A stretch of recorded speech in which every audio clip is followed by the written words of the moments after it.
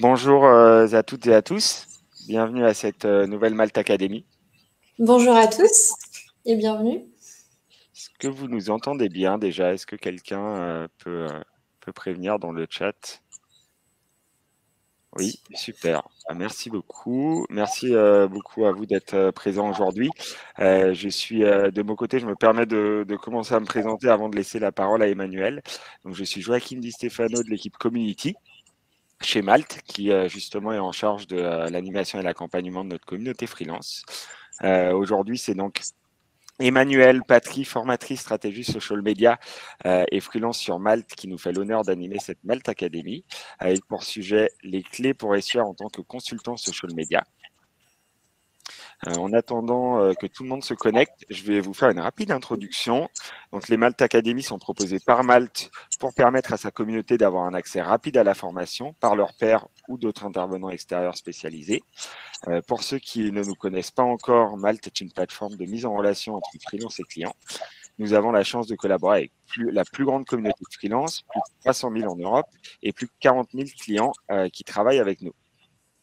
Si vous êtes freelance, vous pouvez trouver de nouvelles opportunités de mission via notre plateforme en bénéficiant d'un certain nombre de services ainsi que nos différents partenariats et événements que nous proposons actuellement en ligne et espérons très bientôt en présentiel en 2022.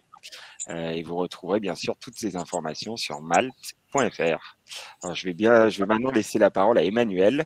N'hésitez pas à poser vos questions pendant l'ensemble de cette conférence dans l'onglet dédié et très bonne Malte Academy à toutes et à tous.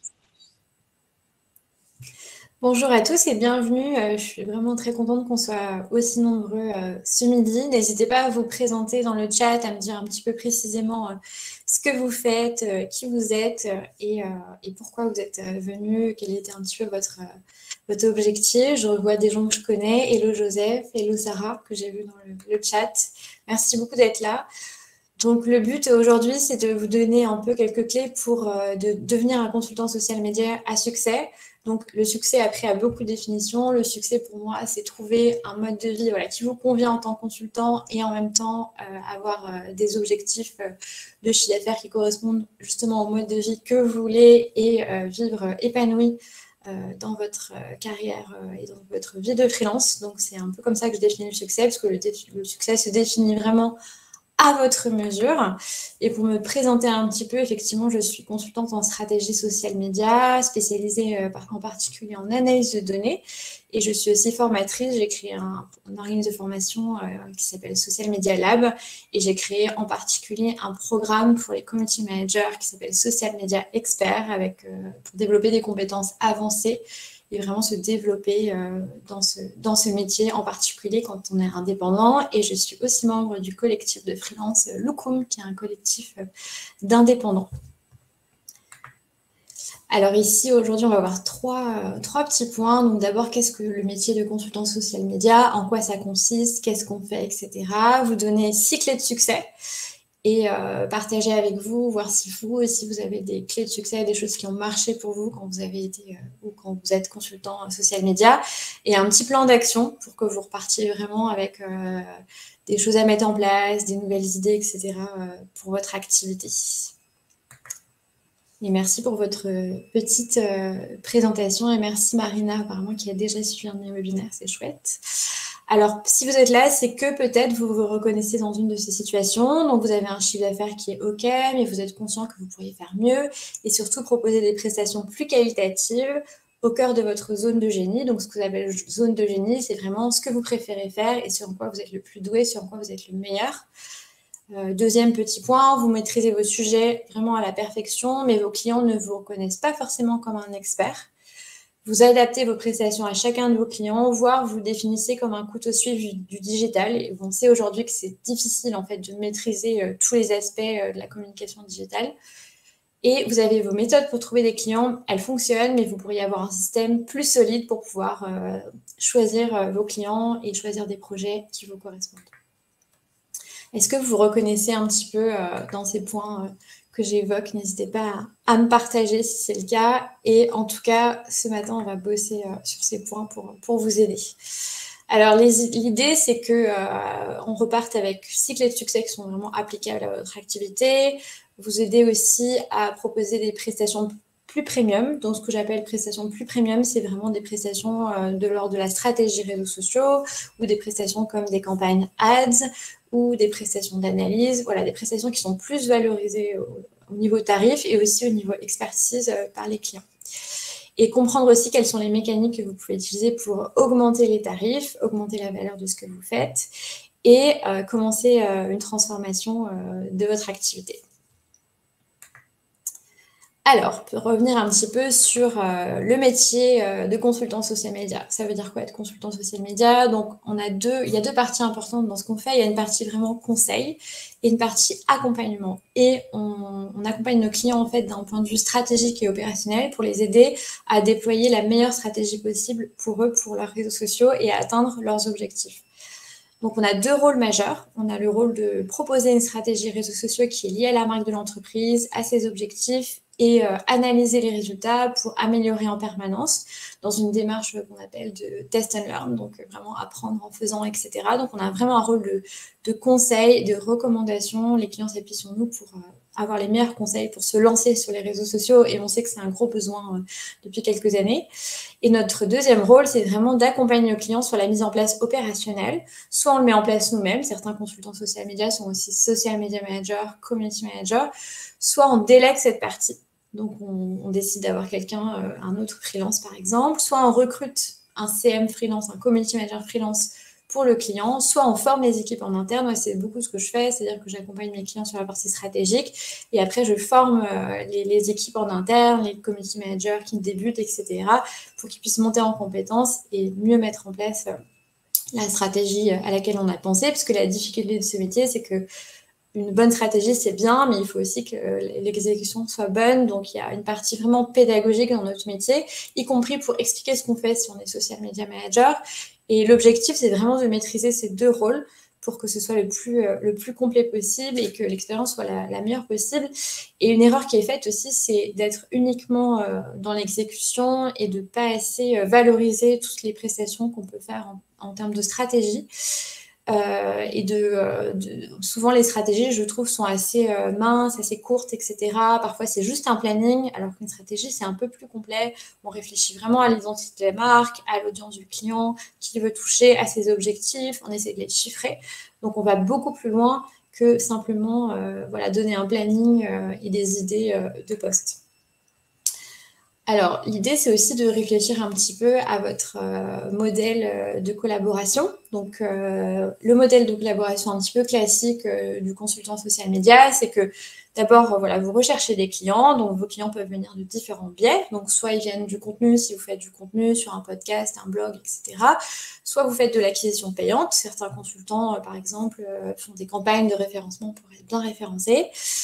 Soit vous êtes référencé pour des appels d'offres, donc vous êtes dans un listing email qui fait que vous recevez des appels d'offres de la part de marques. Ça, c'est en général quand on est assez avancé, voire quand on est une agence.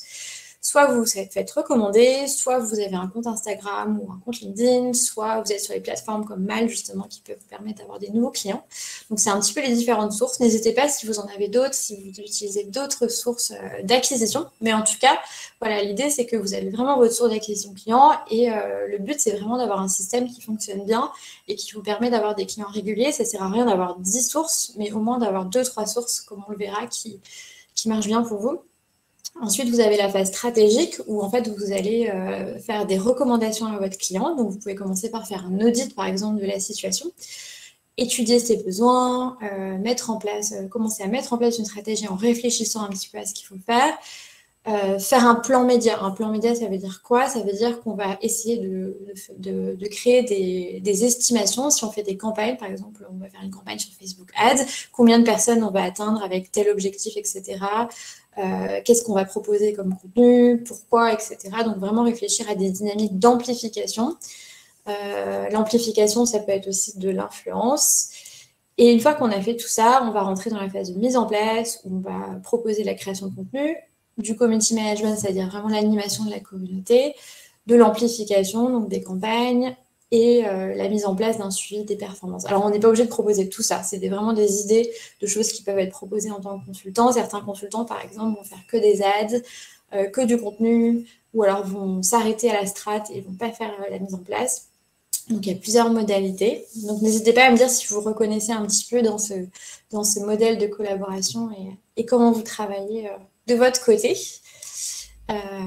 Et après, il y a la phase de bilan, donc où vous allez analyser un petit peu ce qui s'est passé, les performances, mettre en place, pourquoi pas un tableau de bord automatisé, et pourquoi pas proposer aussi des prestations supplémentaires et commencer à fidéliser le client et l'intégrer dans ce qu'on appelle un CRM, donc un système de Customer Relationship Management. Donc, c'est un outil qui permet de centraliser toutes les données sur vos clients, comme l'email, comment vous avez travaillé ensemble, etc.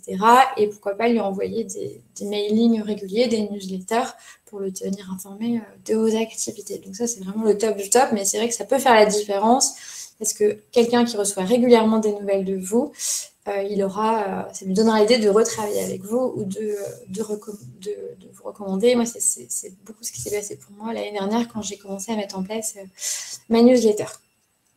Alors, n'hésitez pas si vous avez des questions, car j'y répondrai en cours de route. Comme on aborde pas mal de sujets différents, donc moi, j'aime bien quand c'est interactif. Donc, n'hésitez pas à réagir et à poser vos questions. Alors, je vais démarrer par les 6 clés de succès. Première clé de succès, le bon positionnement. Donc, le positionnement, c'est vraiment le fait de choisir la place qu'on veut occuper dans la tête de son client. Qu'est-ce qu'on veut être pour lui? Donc, en fait, le problème dans le social media, c'est qu'un positionnement généraliste, c'est très, très compliqué à tenir puisqu'on est très nombreux. C'est un univers qui est ultra concurrentiel. Là, ces derniers mois, il y a de plus en plus de gens qui se lancent en freelance, etc. Et moi, je trouve que c'est une super dynamique. Mais du coup, pour se positionner, il faut vraiment choisir, en tout cas c'est mon avis et je suis totalement ouverte à en discuter avec vous, mais il faut choisir vraiment un positionnement précis, une spécialisation, parce qu'on ne peut pas être bon partout, et choisir vraiment des problématiques sur lesquelles on va travailler. Par exemple, travailler pour des sites e-commerce qui veulent augmenter leur trafic, par exemple, travailler pour des marques bien-être qui veulent se développer sur Instagram. Voilà, vraiment avoir un positionnement pour être à chaque fois la bonne personne pour conseiller et accompagner sur un projet. Et ça permet même de se faire recommander par des concurrents parce qu'on est le spécialiste d'un sujet. Par exemple, moi, je travaille avec d'autres consultants au sein du collectif Loukoum. On pourrait dire qu'on est concurrents puisqu'en fait, on travaille tous dans le social media. Mais en fait, on a tous une spécialisation qui est très différente. Donc, en fait, on n'est pas concurrents et au contraire, on s'apporte en fait des projets les uns les autres. Donc, et ça, c'est super si vous pouvez vraiment avoir cette dynamique-là autour de vous, être reconnu pour quelque chose. Du coup, c'est vrai qu'il faut bien choisir. Il faut bien choisir son positionnement. Donc, je vais pris 2 exemples, dont un exemple de quelqu'un qui est parmi nous. Donc, Joseph, qui est spécialisé en Facebook Ads pour le e-commerce. N'hésite pas d'ailleurs à me corriger si tu veux ajouter des éléments, Joseph. Mais voilà, l'idée, c'est que vraiment, il est spécialisé sur un sujet. C'est ce qu'il fait et les gens viennent le voir pour ça. Et moi-même, je suis spécialisée en mesure de performance, c'est-à-dire que les clients qui viennent me voir pour proposer des strates social media, ils savent que j'ai vraiment une approche data et que c'est vraiment avec l'analyse de données que je vais construire la stratégie social media. Je vais partir de leurs données pour construire leur stratégie. Donc, c'est un axe très différent. Alors, Joseph qui me dit qu'il est plutôt spécialisé lead generation. Excuse-moi, mais voilà, c'est quand même, vous voyez à quel point c'est précis. Et l'idée, c'est pas d'être dans l'ultra précision, mais c'est de trouver quelque chose qui correspond vraiment à un besoin du marché. Donc Thierry qui nous dit qu'il est consultant formateur BI et EPM. N'hésite pas à nous préciser de quoi il s'agit sur des technologies précises. Effectivement, ouais. Donc c'est ça en fait qu'il faut vraiment chercher et aussi trouver quelque chose évidemment qui vous plaît, sur lequel vous avez envie de vous pencher, qui vous passionne et que vous avez envie de développer. Alors c'est pas définitif pour toute votre vie, hein. L'idée c'est pas de choisir vraiment votre métier, on n'est pas indépendant pour se ranger dans une case. L'idée c'est vraiment de choisir quelque chose qui vous plaît et de bien communiquer dessus surtout, de raconter un petit peu votre positionnement. Alors, Thierry qui nous précise que BI, c'est Business Intelligence. OK. Alors, la deuxième clé de succès, c'est vraiment le fait de travailler son acquisition. Donc, qu'est-ce que c'est l'acquisition? C'est le fait d'avoir souvent des clients qui nous contactent pour des projets, donc des prospects. Alors, mon conseil, c'est vraiment de choisir 1 ou 2 canaux maximum au démarrage, si vous démarrez ou si vous n'avez pas encore de ce qu'on appelle de système d'acquisition, c'est-à-dire plusieurs canaux qui fonctionnent pour vous amener des clients potentiels. Donc, par exemple, ça peut être un de vos canaux, ça peut être Malte, par exemple, qui peut vous apporter des clients. Et l'idée, c'est vraiment de les exploiter à 100%. C'est-à-dire que l'idée, c'est pas d'être partout, d'être un petit peu sur LinkedIn, un peu sur Instagram, un peu sur Malte, un peu sur une autre plateforme, etc. C'est vraiment de choisir des canaux que vous allez développer. Et ça veut dire que, par exemple, si vous décidez d'aller sur LinkedIn à fond, et ben, vous allez vraiment bien remplir votre profil, contacter des gens dessus, etc. Ça va vraiment être la manière dont vous allez acquérir des clients. Ça peut être aussi des campagnes de référencement si vous avez un site, du blogging si vous y connaissez en SEO, etc. Il y a plein de sources d'acquisition possibles aujourd'hui en marketing digital. Donc, je trouve que la difficulté, c'est pas tant de bien la développer, enfin de bien le faire, c'est surtout de choisir et de s'y tenir et d'avoir un plan d'action un peu précis. Et le fait d'avoir un système d'acquisition efficace, en fait, ça vous garantit vraiment de pouvoir choisir vos clients. Parce que, mettons, voilà, si vous recevez au moins 1 ou 2 demandes par semaine, ben voilà, vous êtes sûr qu'il y a des choses qui, si vous ne plaisent pas, vous pouvez refuser. S'il y a des choses qui ne correspondent pas à vos budgets, vous pouvez refuser. Si vous n'êtes pas en phase avec les valeurs de la personne, vous pouvez refuser. Voilà, ça vous donne vraiment beaucoup plus de force dans les négociations que vous avez. Donc évidemment, il y a Malte qui peut vous permettre d'avoir des clients. Moi, j'ai eu vraiment de très belles collaborations avec Malte. Enfin, vraiment, je le dis, si on remplit bien son profil, on peut avoir des missions vraiment très chouettes. Mais il faut bien remplir son profil. C'est vrai qu'il faut vraiment se concentrer, se dire, voilà, avoir des recommandations pour pouvoir le faire. Et si vous décidez de communiquer sur les réseaux sociaux, moi, ce que je vous conseille, c'est de planifier en avance votre communication. Bon, on y reviendra un petit peu après, mais utilisez par exemple un outil comme Swello qui permet de programmer ses posts pour ne pas, en fait, quand vous êtes débordé, ne pas le faire. Parce que l'idée, en fait, dans les systèmes d'acquisition, c'est de le travailler de manière régulière et que ce soit vraiment une partie de votre travail à part entière. N'hésitez pas si vous avez des questions sur l'acquisition. Alors, Elisa qui nous dit qu'elle est spécialiste en contenu pertinent sur Instagram. Ah, j'adore cette spécialisation. Donc, je vais répondre à Aziz. Comment bien remplir son profil Malte si on n'a pas d'expérience? Si on débute, alors peut-être ça dépend un petit peu de ce que tu entends par d'expérience. Si tu n'as pas d'expérience en freelance, tu peux donner tes expériences de salarié. Tu peux aussi mettre tes projets, tous les projets associatifs auxquels tu as participé, etc. L'expérience, c'est plus large que le parcours professionnel. Il ne faut jamais l'oublier, surtout en freelance. Mais ça, peut-être que Joachim pourra vous redonner des conseils là-dessus sur vraiment la partie Malte. Merci Emmanuel. Je vais indiquer des liens dans le chat qui permettront de répondre à cette question. Alors, combien de temps je prévois sur la partie acquisition de mon activité? C'est une très très bonne question. En fait, quand j'ai tout mis en place, je pense qu'à un moment où j'ai vraiment tout mis en place, je me suis dit, voilà, je vais me concentrer sur... à l'époque, c'était LinkedIn, les newsletters, etc. Je pense que c'était une demi-journée par semaine. Donc, c'était pas mal, en fait. Et après, petit à petit, ça m'a pris beaucoup moins de temps. Et maintenant, c'est dans mes process. Et donc, ça me demande très peu de temps aujourd'hui. Et en plus, maintenant, je fais surtout de l'acquisition sur la partie formation. Parce que maintenant, après, quand on commence à avoir un peu d'expérience et qu'on est vraiment spécialisé sur un sujet, la recommandation joue un rôle énorme, en fait, dans l'acquisition. Donc, je pense que c'est 1/3 de mes projets quasiment. Et il y a aussi les anciens clients qui reviennent. Donc, c'est vraiment au début, en fait, ou alors quand on veut vraiment communiquer sur son positionnement, qu'il faut vraiment faire ce travail.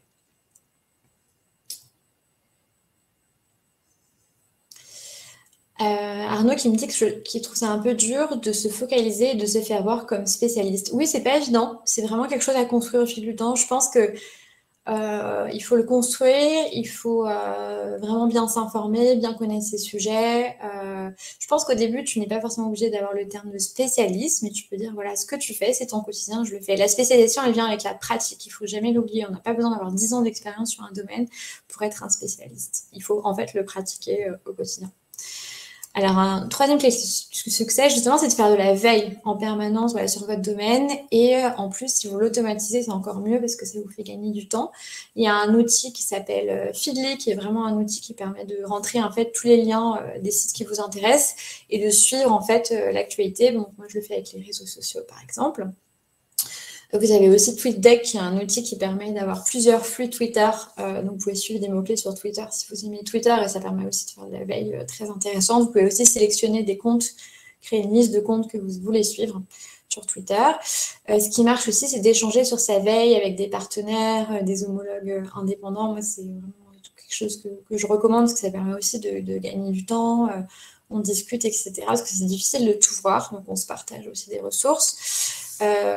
En fait, le fait de aussi partager votre veille, ça peut aussi vous inciter à en faire, parce que si vous dites, par exemple, je fais une newsletter mensuelle de veille pour mes clients avec un peu tous les sujets, etc., vous pouvez même l'inclure d'ailleurs dans vos prestations, et ben ça vous force en fait à le faire vraiment très régulièrement. Donc la veille en social media, c'est les fonctionnalités, c'est les tendances, c'est un petit peu les innovations, c'est les campagnes qui ont bien marché dans votre domaine, donc ça peut être assez large. Vous n'êtes pas obligé de faire de la veille sur tout, vous pouvez choisir un petit peu des thématiques en particulier selon en fait ce que vous faites précisément. Ensuite, vous pouvez aussi le partager sur LinkedIn. Ça peut être aussi intéressant de proposer votre curation pour avoir du contenu intéressant sur LinkedIn. Ce que vous pouvez aller voir, c'est par exemple voilà, Sandrine Soldera, qui est une consultante en influence marketing et qui fait régulièrement des posts. Elle partage en fait de sa veille ou des campagnes sur lesquelles elle a travaillé. Donc c'est intéressant parce que c'est un bon exemple parce qu'elle ne poste pas tous les jours et elle poste vraiment pas énormément, mais en fait, c'est toujours pertinent quand elle a quelque chose à partager. Elle le partage et du coup, sur le sujet de l'influence, j'aime bien la suivre. Et on a aussi Julien de Ménonville qui est sur LinkedIn et qui, lui, partage tous les jours et qui fait des posts sur les Facebook Ads, sur l'univers des Facebook Ads et sur Facebook. Après, parfois, c'est un petit peu plus large, etc. Mais du coup, c'est vraiment intéressant. Voilà. Donc, quatrième clé de succès, l'idée, c'est de pouvoir voilà, optimiser son agenda pour planifier les missions en avance et délimiter le temps passé par projet. Ça, c'est vraiment très important de pouvoir vraiment se dire, voilà, à telle date, je vais bosser sur tel projet, etc. Parce que sinon, on se rend compte que souvent, on y passe trop de temps. L'idée, c'est aussi d'essayer de regrouper un petit peu ces actions, de les automatiser. Bah là, quand on parle des canaux d'acquisition, quand on le met en place, ben voilà, l'idée, c'est par exemple de se dire, voilà, pendant une demi-journée, je travaille sur la mise en place d'une newsletter. Pendant 2 heures, je remplis mon profil Malte. Vraiment de se focaliser sur ça et de ne faire rien d'autre et s'organiser en avance pour le faire. Se dire, voilà, ce sera le 15 mars, je ferai ça. Donc ça, c'est vraiment important. Et avoir une to-do qui est réaliste et qui est liée à des objectifs. Donc, quels sont mes objectifs de la semaine? Comment est-ce que, du coup, je vais l'organiser dans mes journées pour que ce soit réalisable? Et comment est-ce que je vais l'organiser dans ma journée pour que ce soit réalisable? Et une des astuces, ça peut être aussi de commencer par ce qui est le plus important. Il faut vraiment comprendre que votre temps est le bien le plus précieux. Donc ça, et on fait la semaine prochaine, je vous remettrai le lien, mais on fait une masterclass vraiment dédiée à ça, des techniques pour gagner du temps. Et en termes d'outils, vous avez Calendly qui permet d'automatiser la prise de rendez-vous. Donc, vous pouvez envoyer directement, vous pouvez synchroniser votre agenda et envoyer directement le lien pour que vos clients prennent rendez-vous avec vous dans les créneaux qui sont libres. Et vous pouvez aussi, par exemple, automatiser vos rapports réseaux sociaux pour gagner du temps et envoyer vraiment directement des exports automatisés, par exemple. Et vous avez un outil qui permet de le faire. Vous avez Metricool, qui est un outil qui vous permet de le faire et d'envoyer vos stats automatisés. Mais c'est vrai que le temps, c'est vraiment, vraiment clé. Et tout ce que vous pourrez faire voilà, pour améliorer ça, ça vous permettra aussi de gagner du temps, soit pour faire autre chose dans le travail, soit pour votre vie personnelle. Donc, c'est assez important. En termes de 5e clé de succès, vous avez vraiment le fait d'expliquer son offre. Le fait d'expliquer son offre, ça veut dire d'écrire son offre dans un langage qui est simple, qui n'est pas jargonneux, qui est pédagogique et qui parle vraiment du besoin de votre client. L'idée, c'est de mettre en avant vraiment les bénéfices de votre offre et de ne pas écrire, si vous voulez, dans votre offre une to-do et d'expliquer vraiment les différentes étapes pour aller de A à B. Donc, vraiment, à quoi va servir votre stratégie. Et il faut le faire d'autant plus si vous avez un client qui n'est pas très digital, qui ne comprend pas très bien comment ça marche, etc. Il faut vraiment essayer d'être le plus pédagogue possible et le faire comprendre à votre client comment vous allez faire pour répondre à son besoin. Donc, ça veut dire vraiment bien connaître sa problématique. Donc, la partie vraiment pédagogique, parce que souvent, ce que je remarque sur les descriptions des offres des consultants réseaux sociaux ou des social media managers, c'est que c'est très précis sur ce qui va être fait. Donc, moi qui travaille dans le milieu, je trouve ça très bien. Je comprends ce qui va être fait, etc. Mais pour un client, c'est pas facile de se projeter, de se dire qu'est-ce qu'on va avoir à la fin, sans aller dans à quoi ça va ressembler, mais il faut pouvoir se projeter. Donc, pourquoi pas essayer de faire des estimations, se dire, voilà, avec tant de postes, actuellement, on a un reach de tant de personnes, on peut essayer de monter de 20%, etc. Vraiment essayer de donner aussi des objectifs au projet et d'être vraiment dans une logique où sans promettre des choses impossibles, mais on explique ce qui va se passer si on suit bien les conseils. Alors, je vais prendre un petit peu vos questions parce que vous avez beaucoup. Mon retour d'expérience sur les différents canaux d'acquisition. Alors, moi, je trouve que LinkedIn marche très, très bien parce que c'est vrai que de plus en plus de personnes sont connectées à LinkedIn et pour moi, aujourd'hui, LinkedIn il y a un canal d'acquisition ce qui nécessite de bien remplir son profil quand même et de poster de temps en temps, mais c'est un canal intéressant. Après, vous avez tout ce qui est newsletter, ça c'est plutôt pour nouvelle acquisition pour avoir des clients qui reviennent. Après, les plateformes comme Malte, si vous remplacez bien votre profil et on vous donnera des conseils à la fin, fonctionnent aussi très bien.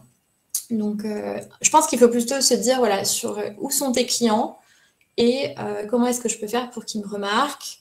Et parfois, ça vaut le coup aussi d'investir un petit peu pour avoir des clients qualifiés pour être plus visible. Un petit retour sur la spécialisation. La spécialisation vient souvent de ses appétences personnelles et valeurs et de ses premiers exemples de prestations. Effectivement, oui, ça vient avec l'expérience.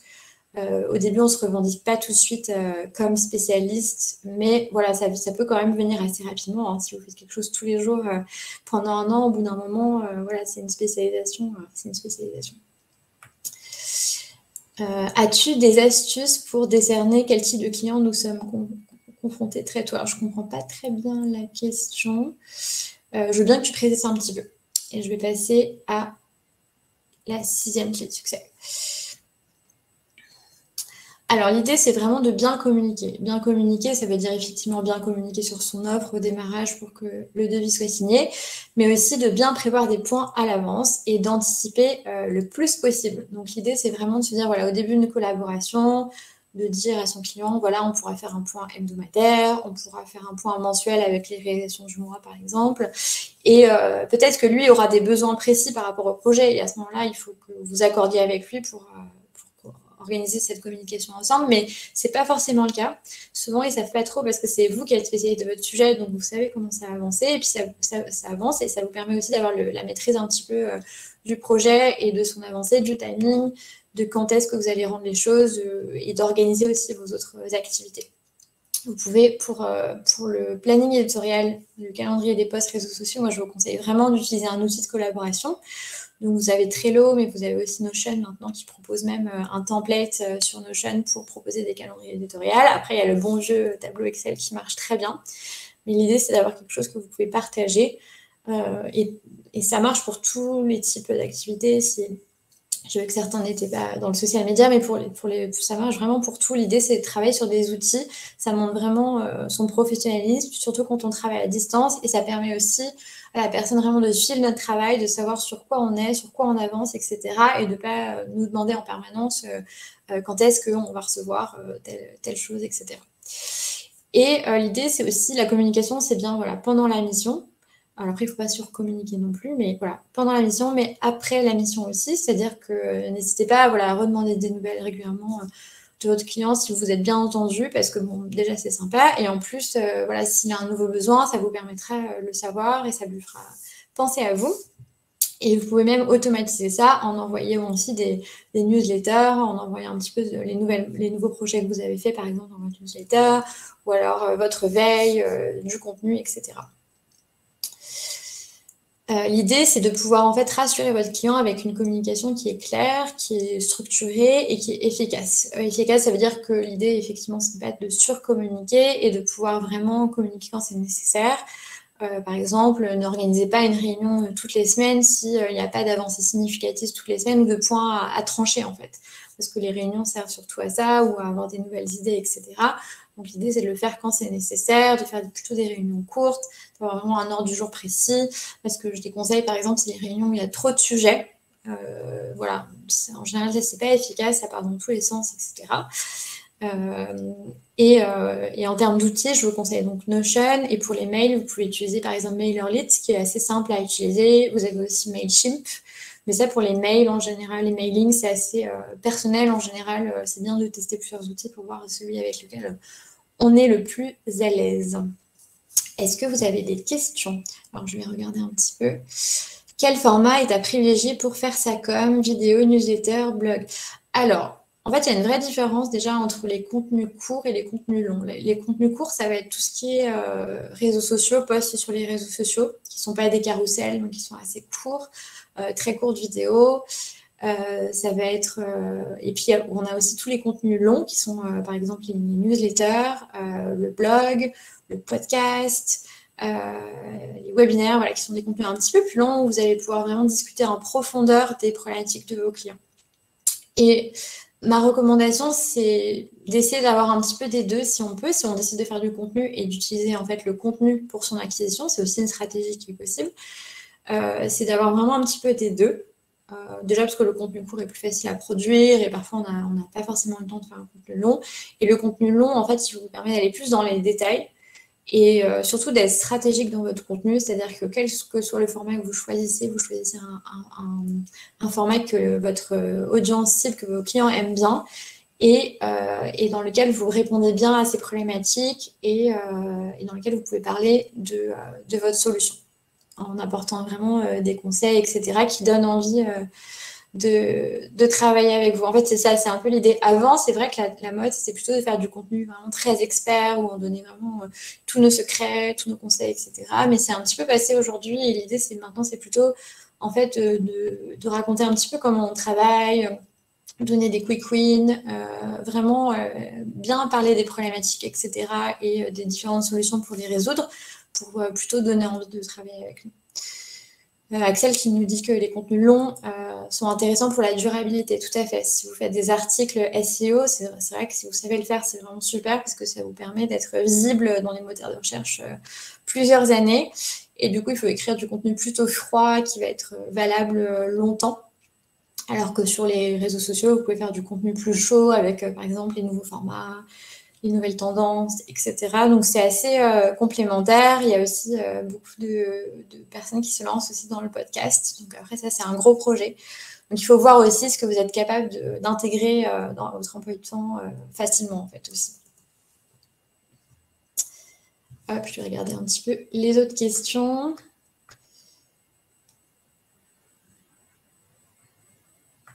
Hop. Alors, je voulais vous donner un petit peu, ou faire appel à Florian qui me dit faire appel à un rédacteur web. Oui, effectivement, en fait, c'est ça. Il faut vraiment aussi penser à...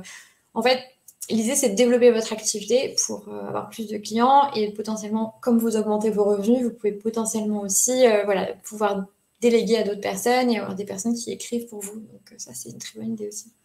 Du moment que la personne est voilà, spécialisée dans votre domaine ou en tout cas que vous pouvez bien la briefer sur les sujets que vous voulez aborder. Alors, la clé de succès un petit peu bonus que je voulais aborder avec vous, c'est vraiment vos partenaires.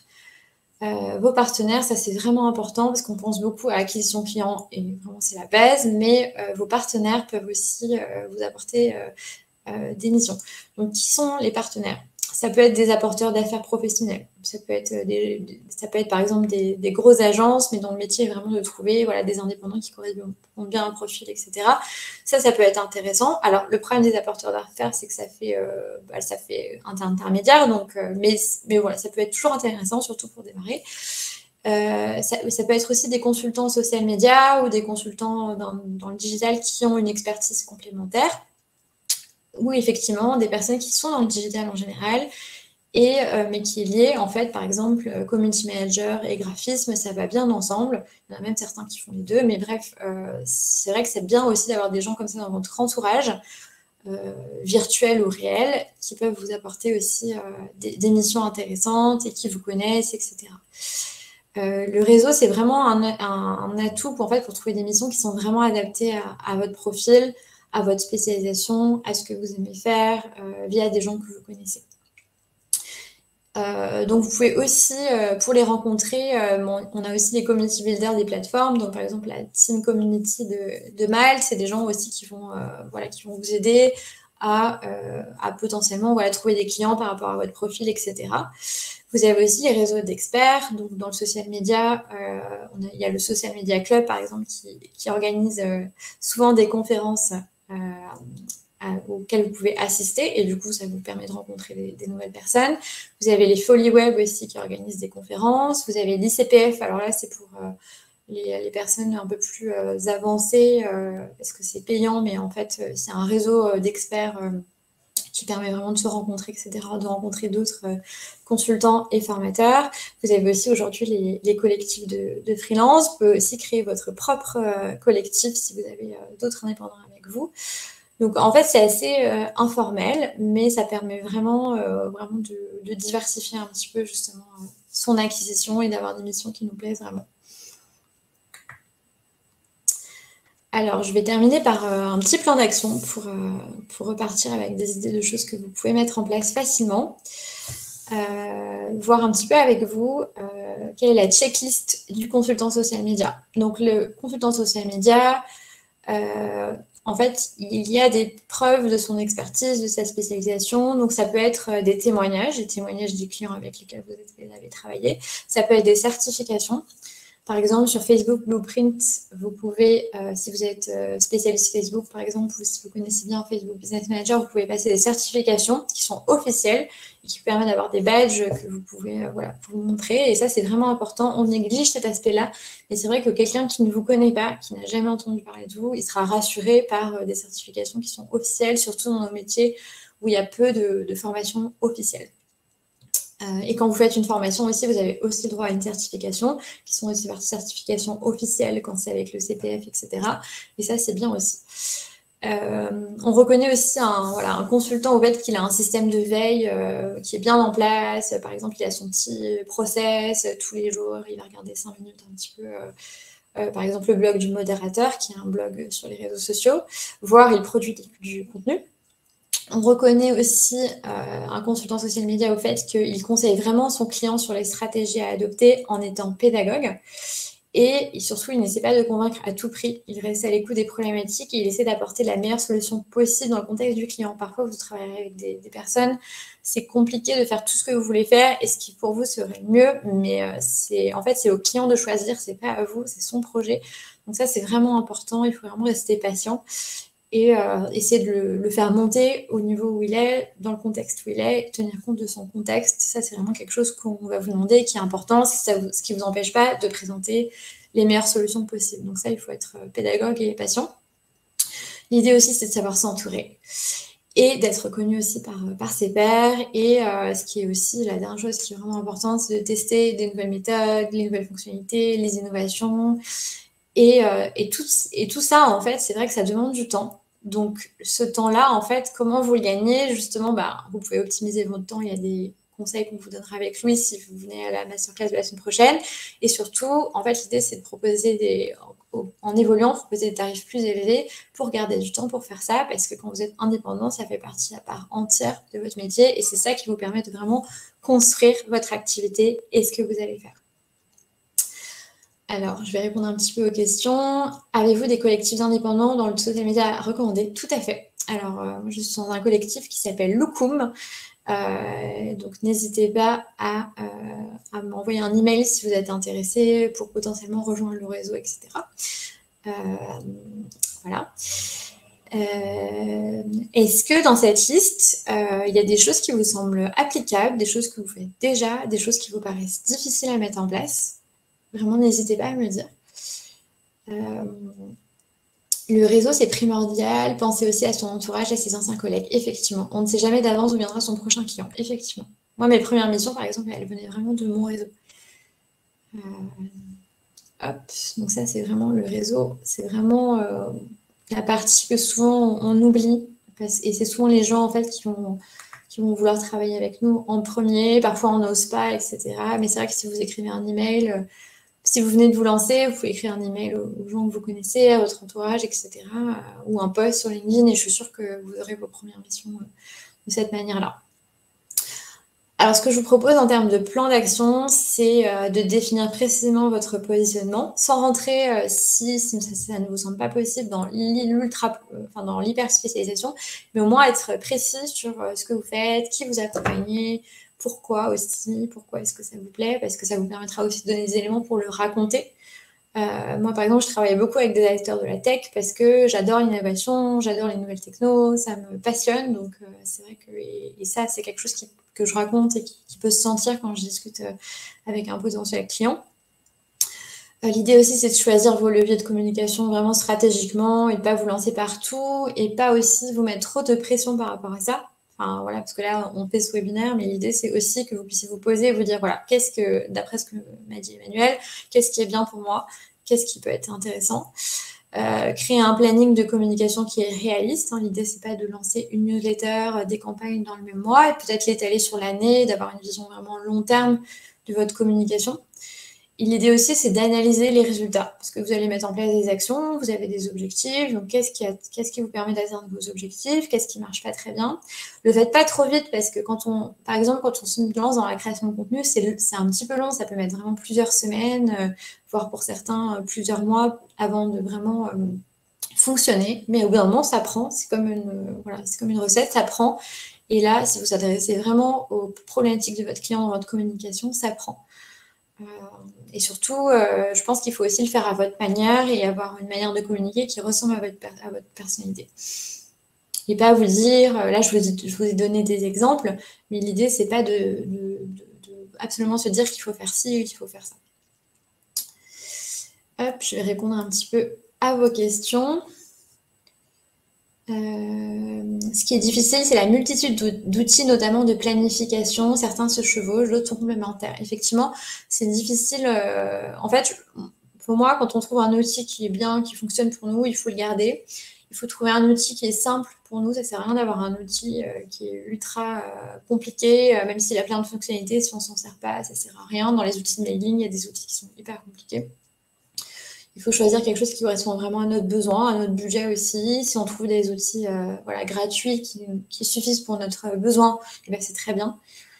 Donc ça, c'est vraiment en fonction de aussi ce que tu veux faire et des fonctionnalités dont tu as besoin dans les outils. Ouais, effectivement, ce que dit Harold, les outils, tout dépend de tes besoins et objectifs. Alors, est-ce que vous avez des questions par rapport à ce qu'on vient de dire, d'une problématique particulière dans votre parcours de consultant à laquelle je n'aurais pas répondu? Hop. Alors, j'ai une question par rapport à la phase de bilan du modèle de collaboration. Quelles seraient des prestations supplémentaires à proposer aux clients pour le fidéliser? Alors ça, c'est une bonne question. Alors ça dépend aussi de ce que tu as proposé avant. Mais ça peut être, par exemple, si tu fais un bilan, par exemple, des performances, tu peux proposer d'envoyer chaque mois un rapport automatisé sur Metricool, par exemple, et d'analyser chaque mois, par exemple, les performances de ce qui a été mis en place. Ça peut être un atelier sur un thème précis. Par exemple, un client veut se lancer sur TikTok, il ne sait pas du tout comment faire. Donc, workshop en ligne ou en réelle initiation à TikTok. Ça dépend un petit peu aussi de ce que tu as envie de proposer. Ça peut être des templates de posts. Tu vois, si tu sais créer des templates de posts, ça peut être aussi une prestation sympa. En fait, les prestations supplémentaires, il faut vraiment voir en fonction des besoins du client. Donc, quand tu as fait... C'est pour ça que c'est bien de le faire au moment de la phase d'analyse, puisqu'en fait, tu analyses un petit peu ce qui a marché, ce qui n'a pas marché. Si tu vois, par exemple, qu'il n'y a pas du tout de vidéo ou très peu, alors qu'on est sur Instagram, par exemple, qui est un réseau où la vidéo est importante, bah là, tu peux proposer, par exemple, d'inclure à la stratégie des vidéos, des reels, des réels, des choses comme ça.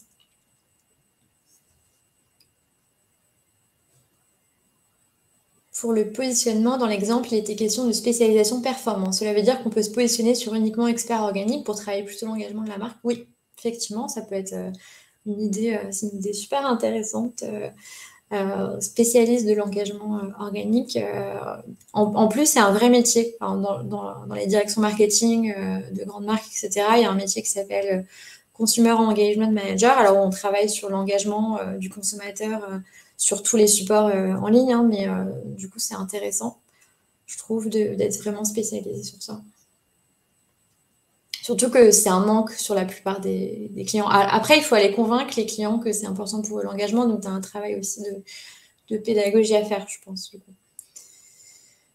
Alors, comment mettre en avant des prestations de stratégie dans un post sur les réseaux sociaux ou dans un portfolio, étant donné que ce n'est pas toujours quelque chose de tangible? Est-ce qu'il y a une notion de confidentialité envers le client? Je suis d'accord avec toi, c'est vraiment pas évident parce que c'est pas forcément visuel. Ça peut être, par exemple, une slide où tu décris le projet, où tu décris, c'est un peu ce que font les agences, quel était l'enjeu du client, comment tu y as répondu, et avoir quelque chose qui respecte la confidentialité, donc pas donner de data, sauf si c'est des data publiques, tu vois, si tu as permis par exemple à la communauté de grandir, ça peut être un chiffre super intéressant à montrer. Dans ton portfolio, tu peux aussi indiquer, remettre le témoignage du client sur la collaboration avec toi, les outils que tu as mis en place. Tu peux mettre quand même mettre des visuels de la communication pour illustrer, parce que tu as fait une stratégie réseaux sociaux, tu as aidé à sa mise en place, donc peut-être une idée à laquelle tu as participé. Et au niveau de la confidentialité, tu peux aussi, si tu te sens plus safe, valider avec le client, est-ce que je peux bien présenter ce cas, etc. Mais après, quand on est indépendant, ça fait vraiment partie de notre métier, on doit pouvoir montrer ce qu'on fait régulièrement. Ça peut être aussi un post LinkedIn où tu racontes un peu un projet. Et là, tu peux inclure aussi le client dans la démarche. Ça, les agences le font beaucoup. Alors Thierry, comment communiquer en direct sans passer par des cabinets de conseil ou des ESN pour éviter les intermédiaires et avoir un meilleur TJM?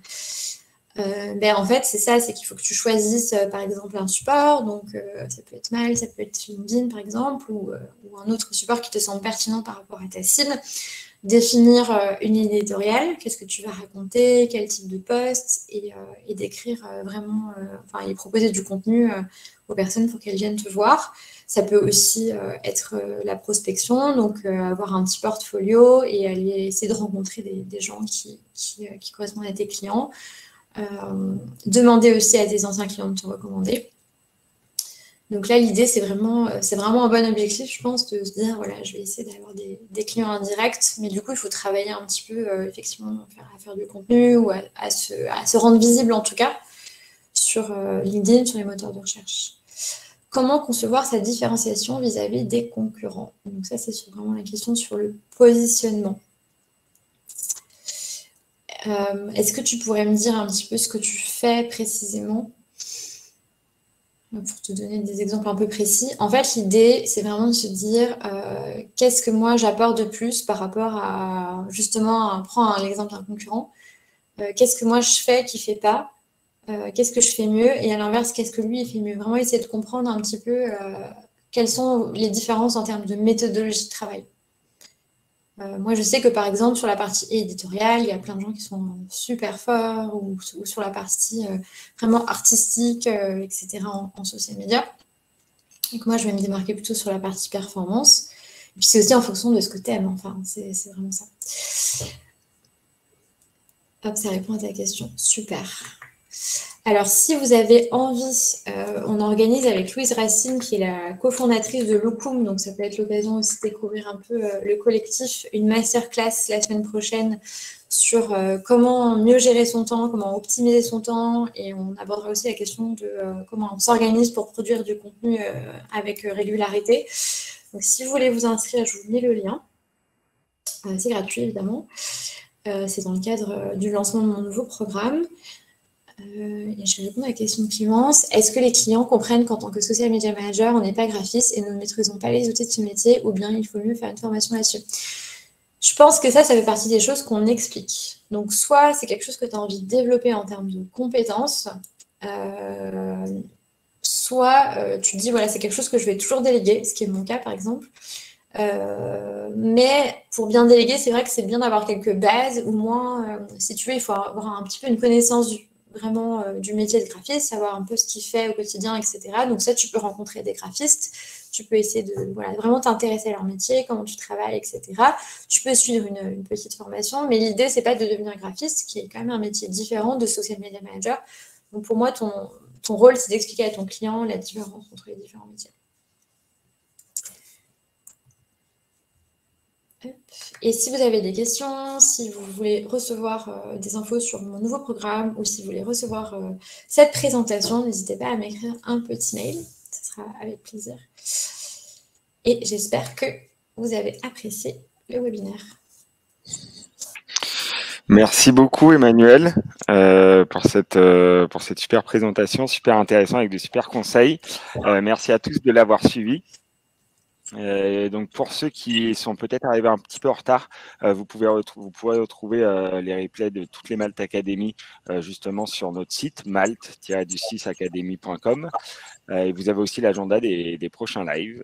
Si vous souhaitez aussi faire comme Emmanuel et animer une Malte Academy, c'est possible. N'hésitez pas à envoyer votre sujet dans la section Devenir speaker sur ce même site. Et si tu n'as rien à ajouter en particulier, Emmanuel, on va pouvoir clôturer cette Malte Academy. Merci à tous, en tout cas, pour toutes vos questions. C'était chouette. Top. Un très bon après-midi. Bonne journée à tous. Pour la prochaine Academy. Au revoir.